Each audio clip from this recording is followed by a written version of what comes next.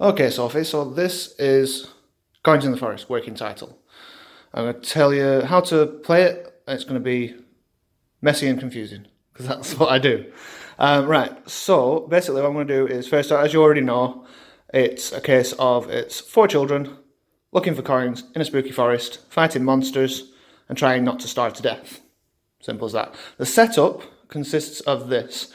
These pile of board tiles are shuffled and then handed out equally between each player. So they all have each tile. They can look at their own piles of board tiles, but they can't look at each other's. They are then, then you obviously got to have your card decks, your counters, and your turn track all need to be put within reachable distance. And we'll get to what each decks are later. And then you've got some normal dice, some teeny tiny dice. Aren't they cute? They look like sweets. Oh, num num num. Anyway, and then each player, then you decide which players are which character. In this case, I am using little Lego hats for the characters because I haven't done the 3D modelling yet, but we're getting there. So each player gets a character model and a player mat and some markers for their player mat. They then put their markers at the top of their HP and hunger bars, right at the top. You'll see there's some shaded in areas here, we're not using them. Different players have different amounts of shaded in areas, so they have different size HP bars and hunger bars, basically. That's how that works. So at the end of each round, so after each player has a turn, so you take a turn, you take a turn, you take a turn, you take a turn, and then the player track is moved 1 hour ahead. Each hour is a turn. The game starts and ends at 5 AM. So you start the game with your marker, in this case a 5p coin, on 5 AM. At the end of each round, you just move it along, and you'll notice there's some shaded in parts here. Again, we'll get to that later. So let's start with movement. So at the beginning of each person's turn, they have to roll a movement dice. And the movement dice is dictated by their stamina, which is here. So in this case, the stamina roll would be one of these squares represents one dice, and then the +2 represents their modifier. So in this case, they would have to roll 1 dice, which in this case is a 2, and add 2 to that. So they have to move 4. Now they have to move exactly 4, no more, no less. They can't backtrack on themselves within the same turn unless they hit a dead end. So we're going to move little Batman's cowl here. Batman. 4. So he goes 1, 2, and now he needs to move to another place. Now this we're using obviously this player as Batman. So what he needs to do now that he's come to the edge of this area is ask one of the other players for a tile. Now the other player can then pick whichever tile they want on their pile. In this case, he's going to pick you. What we've been doing just for fun, because we're nerds, obviously, we've been saying, I choose you, as if we're playing Pokemon. That's always fun. Anyway, so the player would roll a dice, and then the chosen player would pick one of their tiles. I've already selected one for this. They would take the number on the dice, would apply to the number on the exit or entrance. In this case, these two, the one near my thumb and the one near my finger. In this case, it would be 4. Do we roll the 4? Yeah, we roll the 4. And so that would go here. Now, I've actually used the wrong one there. Which one did I wanted to use this one, so we'll come back to that. So we picked this guy in the end. So 4 would be this one. There we go, lovely. Right, so chosen player, the currently playing player rolls a dice. The chosen player picks a tile from his pile, anyone he wants, places it with the number on the exit corresponding to the number on the dice. My finger looks weird. Look at that. Ooh, strange. Anyway, and then the player can, and then once it's been put down, we need to fill the board. So, in this case, I've chosen this as specialist so that I can, for this example, but it's not always this full. There is a C, a question mark, and a B. The question mark probably won't be a question mark eventually, but we're using question marks for now. So we'll take a B marker, a C marker, and a question mark marker, and place them on the board. And we will take, for this here, the little box with the number 2 in it, we'll take one of these teeny tiny sweetie dice, and we'll place it there with the number 2 facing up. Okay, and then the player could continue its turn. In this case, it would be getting into an event, but we're going to get to that later. So it would, let's say it rolled a 3 for the sake of this, so we're not actually dealing with the event right now. So that's basic movement and initial exploration. Very straightforward. One thing worth mentioning is, obviously, every time you come into a new tile, you do what I just did. You fill the markers, depending on what's there, and you put your tiny dice down. If he leaves this and then comes back later, or if any player comes back later and all these have already been removed, they will be replenished, and this little geezer, and this is where I get annoyed, because they're really awkward. Oh no, we got it straight away, nice one. This little geezer here, this little dice, is turned to 1. Each time an area gets replenished, the dice on the square gets moved down by 1, and when the dice is gone, the markers are not replenished anymore. I hope that makes sense. It makes sense to me. Right, that is basically movement and exploration done there. Just give me a moment to check on my notes here. That's not right. Sorry, these are my notes. So, yeah, awful. Movement roll, stamina, blah, blah, blah.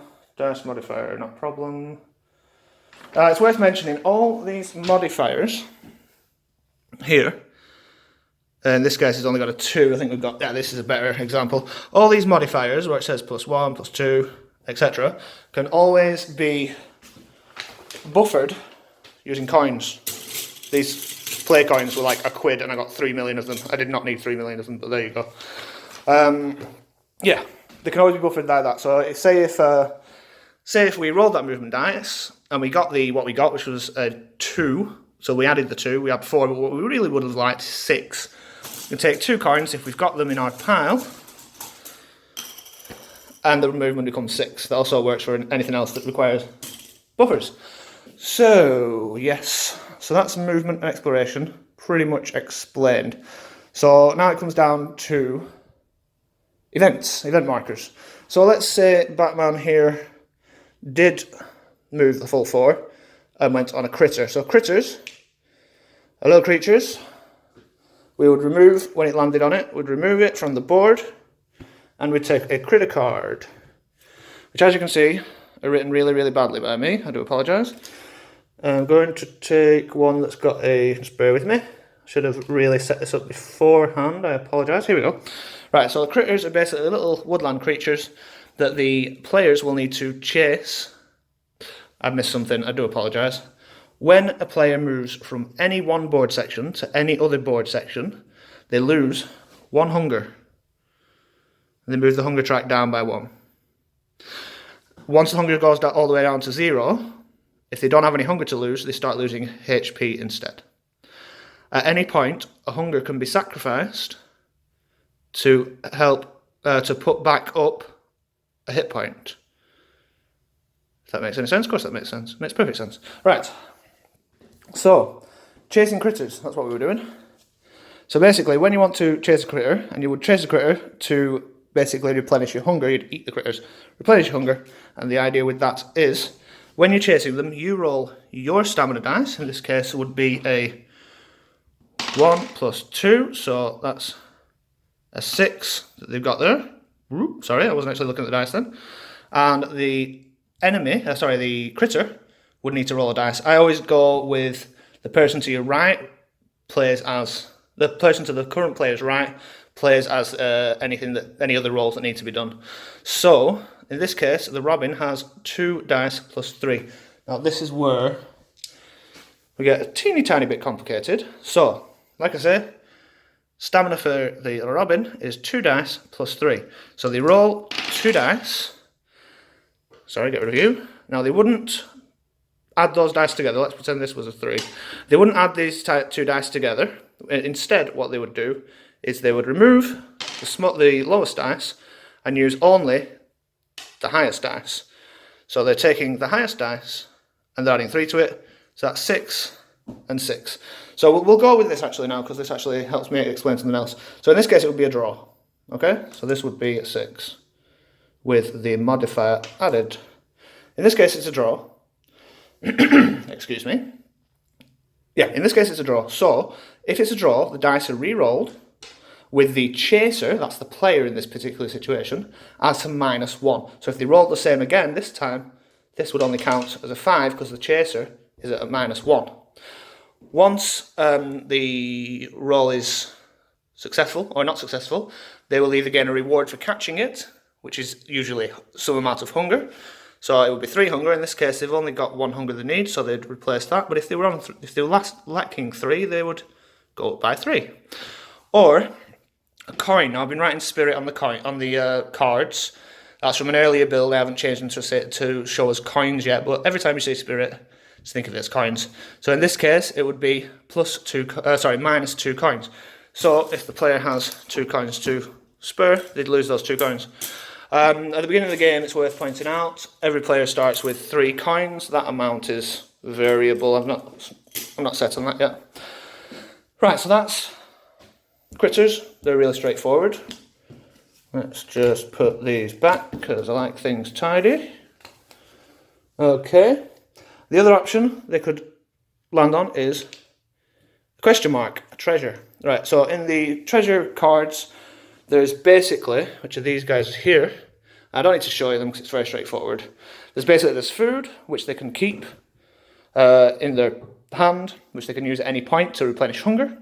There's traps, which can be avoided depending on your avoid trap on. So in this case, they'd roll a 1 dice, and anything from a 1 to a 3, they'd avoid the trap. Different players avoid traps on different numbers. Where are we here? Here. That's traps, very simple, and various items that allow you to move faster or re-roll dice. Or in one case, there's a coin that can be used for one of the special locations, which is a wishing well. You throw the coin in the wishing well, and there's a whole thing, which we'll get to later. Good. Beasties. Come on to a beastie. Get rid of that. So beasties are a little bit less straightforward. So with beasties, the stamina is in case you want to escape. So we're going to come to that in a moment.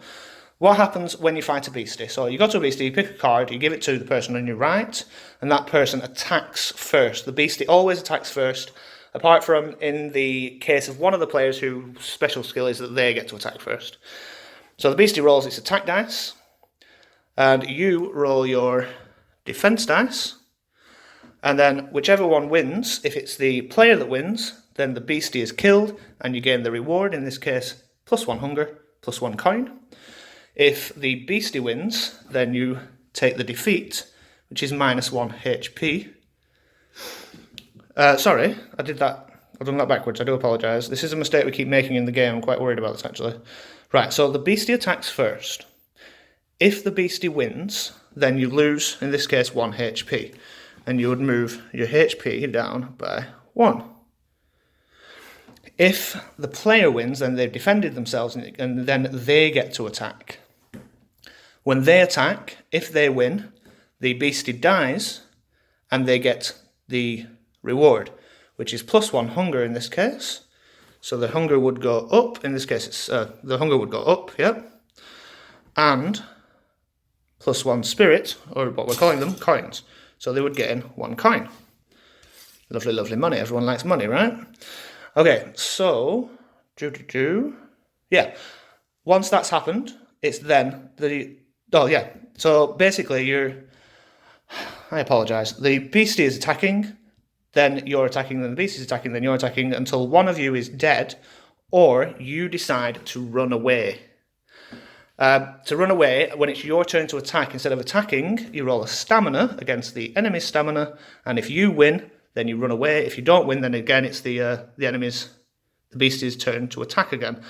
I realise that I've explained this card a little bit hectically, so if you may have more questions about that, do let me know. But yeah, it's basically they attack, you attack, they attack, you attack, they attack until one of you is dead or you try to escape. Straightforward, hopefully. I knew that one would be awkward to explain, but there you go, we'll get around to that. Okay, so that's the 3 card types. And then, like I say, at the end of the round, when everyone's had their turn, we move this geezer 1 until it goes all the way around back to here. The difference here with the shaded areas and the non-shaded areas, the shaded areas represent nighttime.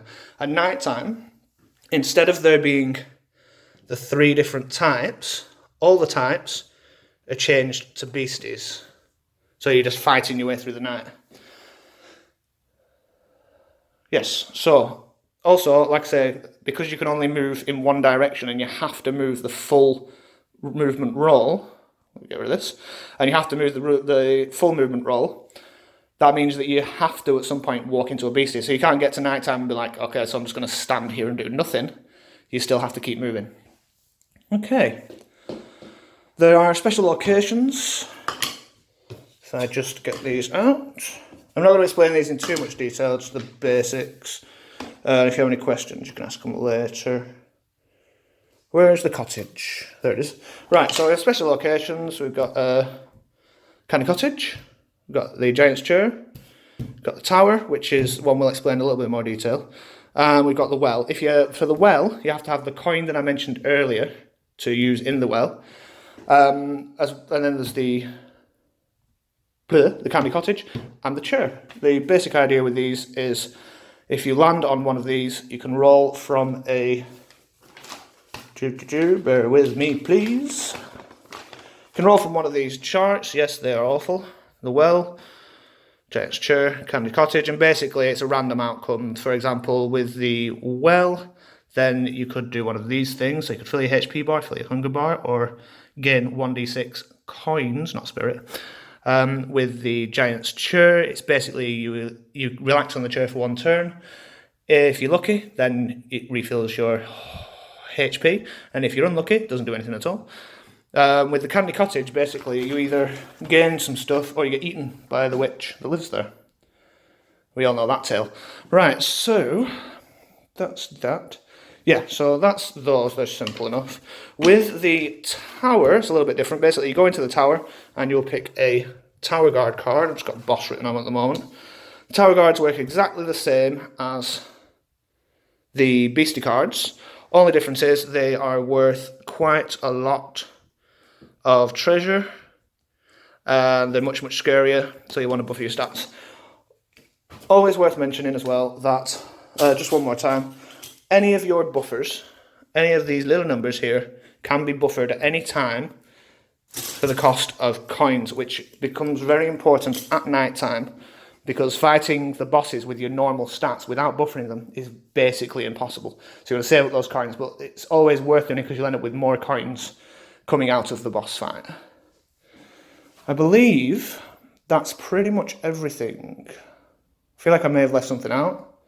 But I think that's it. Yeah, so thank you for being patient with me. I know it's ugly at the moment, but like I say, I've got an artist, got 3D artists working on things. You'll be able to see a lot of that art on my Instagram now.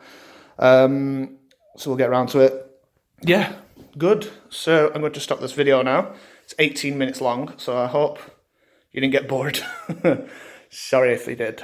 Yeah. I'm thinking I don't want to leave you hanging with questions. No, that's it. Oh, death. Dying. If a player dies, so this guy has just died. Bad things. This player had, wait for it, had like this many coins when they died, right? This many. It's a lot of coins. Death doesn't happen too often either, so it's not a case of people are sitting around dead all the time. It's quite easy to stay alive for the most part. But if you do die, you place all the coins that you had on the map. I've also got these little dead player markers, but they might not be necessary. And basically, the other players can then race to that point to claim your coins off your corpse. Which actually, the last time we tested it happened. Someone wandered into the cottage, the witch ate them, and they had a big stack of coins, and we raced it. That was good fun. There was a laugh. Worth mentioning as well, with any of these special locations, each player can only visit them once. So you get one chance, that's it, with any of those. There's also caves. Here we are, caves. There's 3 of them. Yeah, these caves, 3 of them. If you go onto a cave marker, you can use that to basically fast travel to any other cave marker. Good, right, I'm going to leave it at that now. Thank you for your patience. 20 minutes that, 20-minute video. I am not a YouTuber. Okay, good. So let me know if you've got any questions. Bye-bye for now.